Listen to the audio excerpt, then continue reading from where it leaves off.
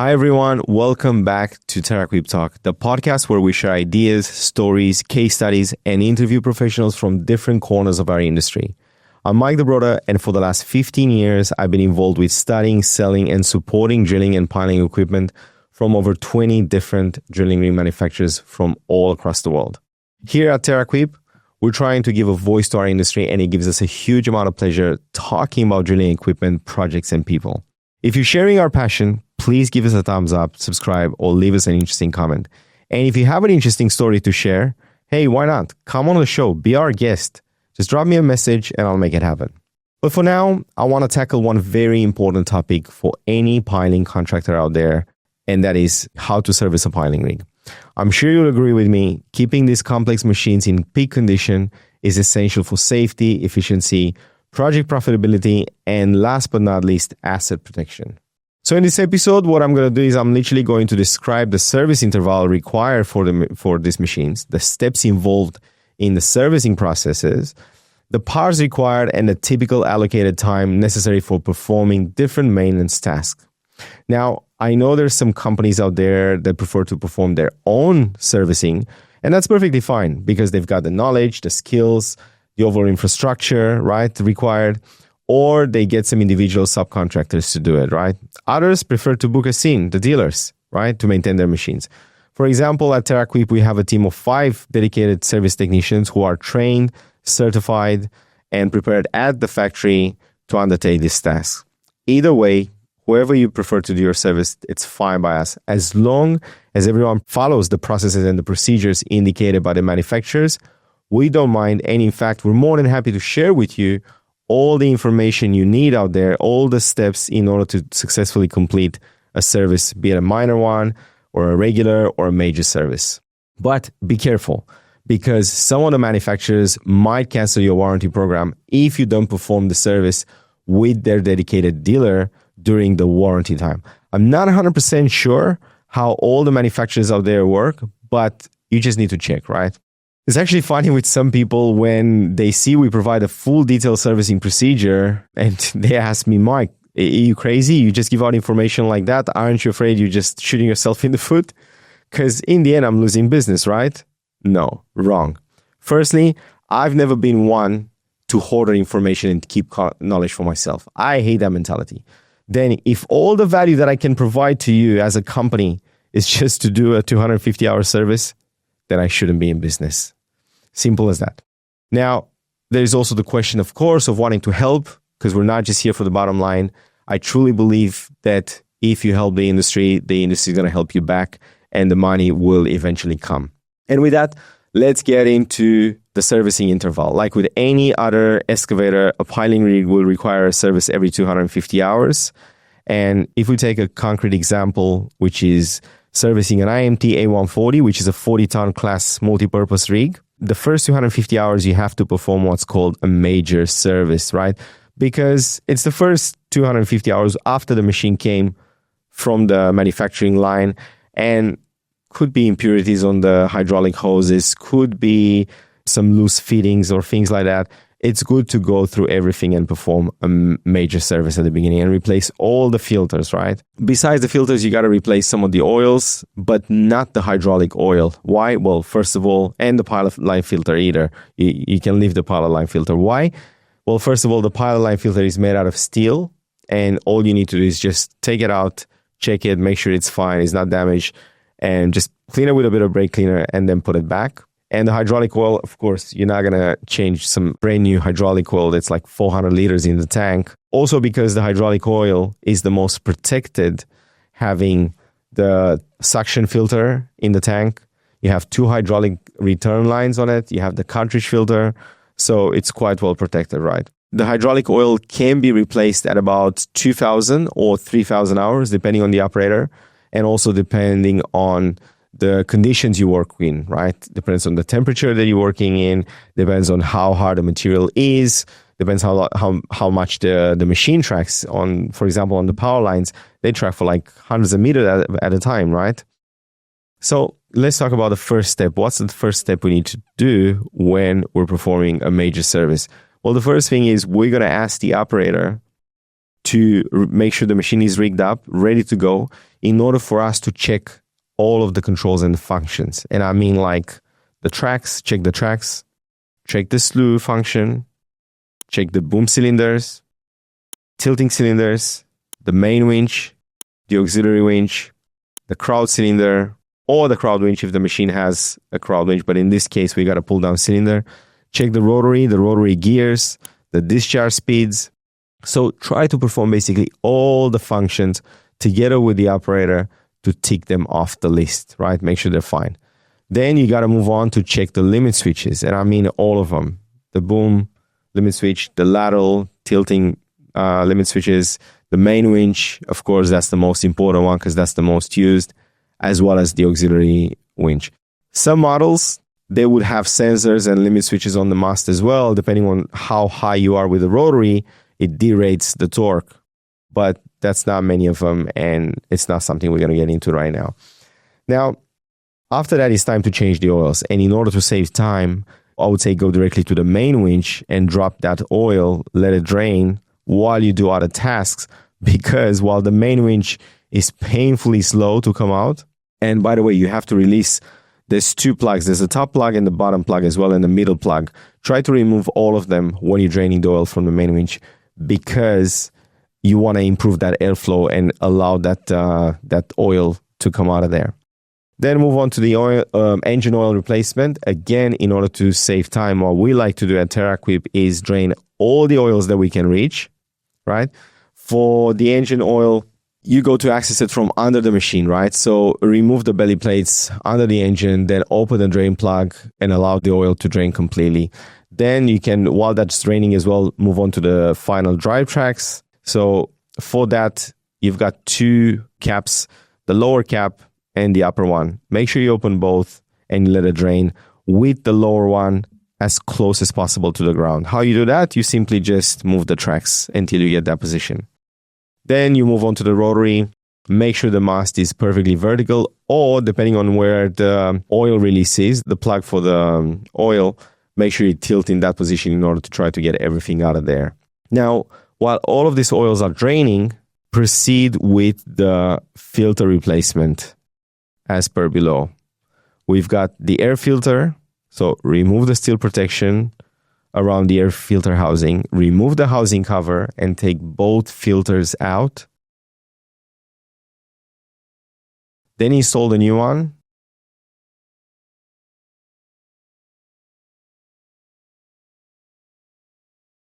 And refit the cover and reinstall the steel protection. Then we've got the oil filter. Unscrew and remove the old filter. Don't forget to, every time you change a filter, don't forget to lubricate the O-ring for the new filter with grease to make sure the future removal is easier, right? Sometimes we struggle with filters for goddamn hours to get them out of there, especially if they're in a tough position. And of course, as Murphy's Law has it, the one that had no oil on the filter, on the seal, was also in the most difficult position. So yeah, sometimes we spend hours to try to get those damn filters out. Then install the new filters securely and place rags around the area to avoid, let's say, the small leaks, and to make sure you're doing a clean job and you're not making a mess everywhere. And of course, that's an environmental consideration as well. Then the fuel filter, remove the old filter, again, lubricate the O-ring around it, and then fill it with diesel. Don't forget to fill it with diesel, because if you're not priming the system, it's going to take you ages to, and you can even damage the starter motor if you're trying to crank up the engine without fuel in the filter. Then we have the diesel water separator. So disconnect the electrical connector from the sensor, from the water sensor. Then remove the old filter, lubricate it again with the O-ring with grease, and then pre-fill the filter with diesel in order to prime it, and then reconnect, of course, the electrical plug. Then we have the hydraulic return filter. Place a small container underneath to catch the oil. Remove the old filter, lubricate the new O-rings again, and then install the new filters. Then, of course, we have the hydraulic tank filter. So you have to remove the tank cap as well as the bolts around it. There's 4 bolts there that's holding it. And then just pull out the cartridge, the filter. Transfer the dipstick bracket from the old filter to the new one, and then install the new element and refit the cap. Once we replace the filters, it's time to refill the oils. Firstly, we're going to do the engine oil refill. After you install it, make sure you constantly check the dipstick. And for this, you need approximately about 15 to 20 liters of 15W40. That's the oil type. So for a common 6.7 liters, which is what's on this A140, you will need approximately 15 to 20 liters. That's the quantity. Then for the rotary oil refill, install the lower cap, obviously on the bottom, and then fill the rotary until the level reaches the middle of the side glass. Then put back the top cap. For the rotary, you're probably going to need about 15 liters of 80W90 gear oil. Then we have to refill the final drive compartment. So obviously install the lower cap. Make sure you put the lower cap there, and then fill each final drive until the oil reaches to the middle level plug. So as soon as you see oil coming out from the top plug, basically, or the middle plug as you want to call it, then just put it back. Do this on the other side of the track.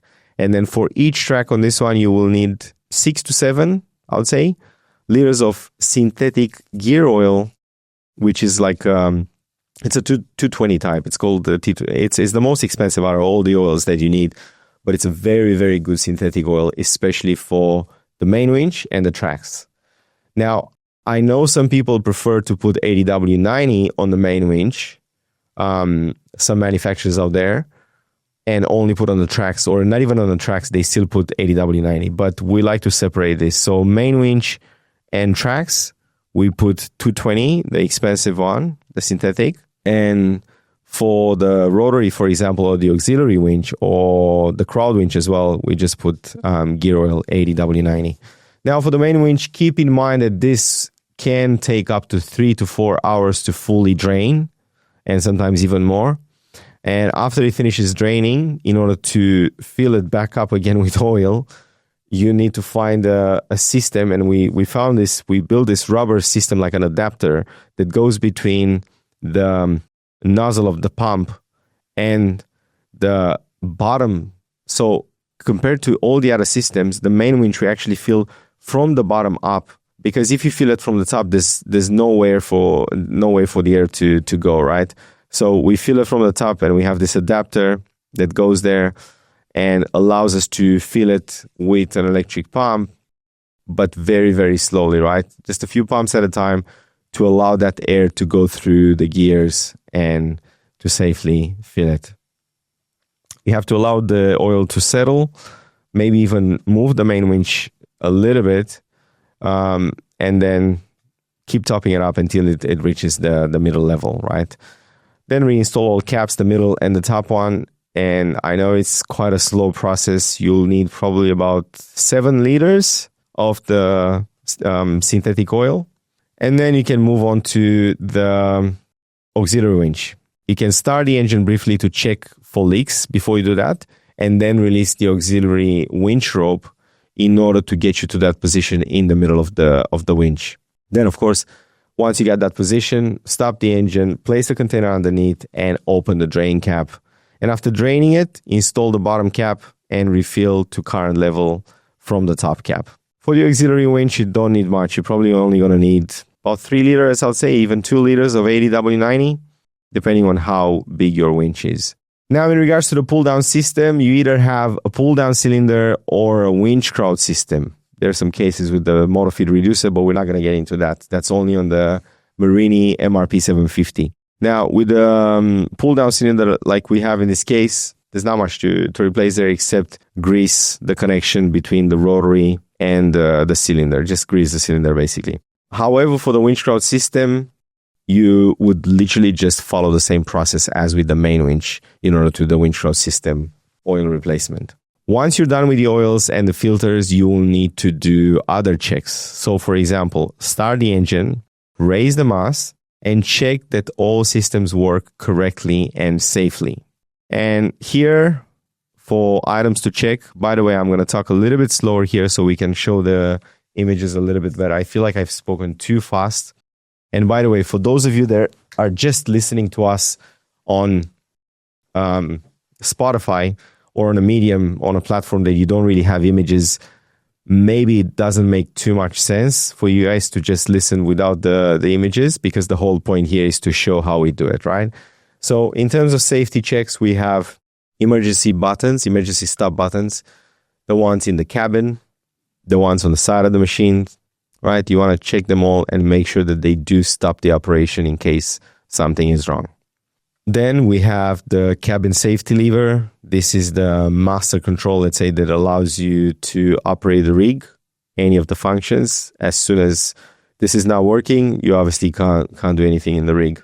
Some of the machines out there, you also have a seat limit switch. As soon as the operator lifts from the switch, it cuts off all the controls. However, I know that a lot of you prefer to bypass this limit switch and don't bother with it. That's totally up to you. We don't recommend it. It's a safety put there by the manufacturer. I think it should be respected, but depends on you. And then we have the auxiliary limit switch. You want to make sure that it cuts off if you continuously and uncontrollably pull the lever for the limit switch. Then, of course, you can check the beacon light, service alarm. You can check the mast safety plates on each side of the mast. If you've got some on this A140, we do. And then, of course, you have to check the rope conditions. If you notice any issues, especially on the main winch rope or on any of the ropes or any sort of damage on the machine, it is absolutely paramount and it's a safety concern, because you need to report it and make the contractor aware that, hey, you've got this issue right now. Do you want us to fix it? If you do, it's going to cost you this much. You give them quickly a quote or a budgetary quote, just so they can have a good idea about the cost. Otherwise, you have to put it in the service report that you deem that machine as unsafe, because if you service a machine and touch wood, there's something you're not noticing that's wrong with it, and then it gets into an accident, you're liable for not reporting it, right? And for not fixing it. So pay a huge amount of attention there, especially with people that get other subcontractors to perform the services. Make sure that they are aware that it's their responsibility to check. And another thing that we do, that we like to do, we tell our contractors, we tell our clients, hey, make sure your operator is there with us, seeing what we do, and even getting advice, from us and from the operator on what, is maybe something is strange or something's not working on the rig, something that needs to be reported, right? It's a joint effort, it's not just pointing fingers. It's a joint effort into making sure that machine operates safely. That's the main thing, and everybody goes home safe to their families. Then, of course, we have the issues of productivity and efficiency. You don't want to operate with a machine that's working with half the power, right? Other checks include, of course, the oil levels, the hydraulic oil levels, and the condition of the hydraulic oil. Some people, especially if they're planning on selling the machine, they would want to do like an oil sample just to see the viscosity and the purity of to see if there's any metal particles in the oil. You have to check the coolant level as well and its condition too. And if it's not at the appropriate level, to try to top it up. Then we have sliding pads adjustment, especially on the rotary. This is super important. And the advantage of IMT rotaries is that it allows you to continuously adjust depending on how much you wear the pads. So if you have 30% wear on the pads, you shouldn't have 30% playing there. You shouldn't have a 30% gap. So by adjusting them, it allows you to move the rotary as close as possible with its support, as close as possible to the mast, which makes it a more robust machine, a more stable assembly. Then, of course, try to see if there's any hydraulic leaks and check the hydraulic hose condition, especially because some of this, they work at 350 bars, so it's a huge amount of pressure in there. If you've got a burst hose, it's not going to be pretty. So make sure that you check the condition of the hoses and the condition of the hose wrapping as well. We did say about the pilot line filter at the beginning. It's a good idea to check it and just clean it with a bit of brake cleaner. I know some people don't even bother to check it because on the hydraulic line, you don't really have much going on. It's only like 30, 40 bar pressure. So, and then you've got the filter cage to clean. That's for the cabin. Then you should check the Slew oil level and condition as well, if you can, depending on the position, but definitely check the oil level in the Slew. Then the engine belt tension and its condition. Then, of course, the track tension. And then, of course, an important step at the end is to ensure the greasing of all greasing points. You can do this with the operator and you can see them marked everywhere around the machine. So make sure you give each of these a few pumps, a couple of pumps, not too much. I see people out there, operators, they're just like, they give it a lot of grease. You don't really need to give it that much grease, right? It's better to do it often and little than once a month or once every few weeks and then go there spend half an hour on a single greasing point. After performing all these checks, you can complete your service report, sign off on it, and that's it. That's a good job. All the tasks above should be taken as an experience by an experienced service technician, and it should take anywhere between 5 and 8 hours, depending on what issues you got, where the rig is. On average, we take 5 to 6 hours with our experienced technicians. And of course, it really depends if they have help with them. If they're 2 people, maybe they can get it done in 4 hours or even less. And just to give an idea, at TerraQuip, I'm proud to say that we have serviced over 133 machines from all over Australia and New Zealand in the last 7 years, with a total of 5 service technicians. And I'm proud to say that the servicing was an important factor that allowed us to promote and sell our IMT machines and Marini as well to some of the clients. We went there and we serviced our competitors' brands. And that's also another question that I've been asked, which is quite funny. Why do you support other competitors' machines? Aren't you supposed to look after your own machines only? I am, of course I am. But that doesn't mean that if a good client comes to me with a machine from a competitor and asks me to do a service, I won't help them just because it's my competitor's machine and I don't want to support them. No, because like I said, when you help the industry, it will come back to you. And the way people saw that we operate and we perform the services, with service report, with guarantees, doing a good job and being prompt, being reliable, that's what gave them the confidence to buy from us $1 million worth of machinery. That's it, guys. I really hope you enjoyed the episode today, and I hope it gave you some helpful information.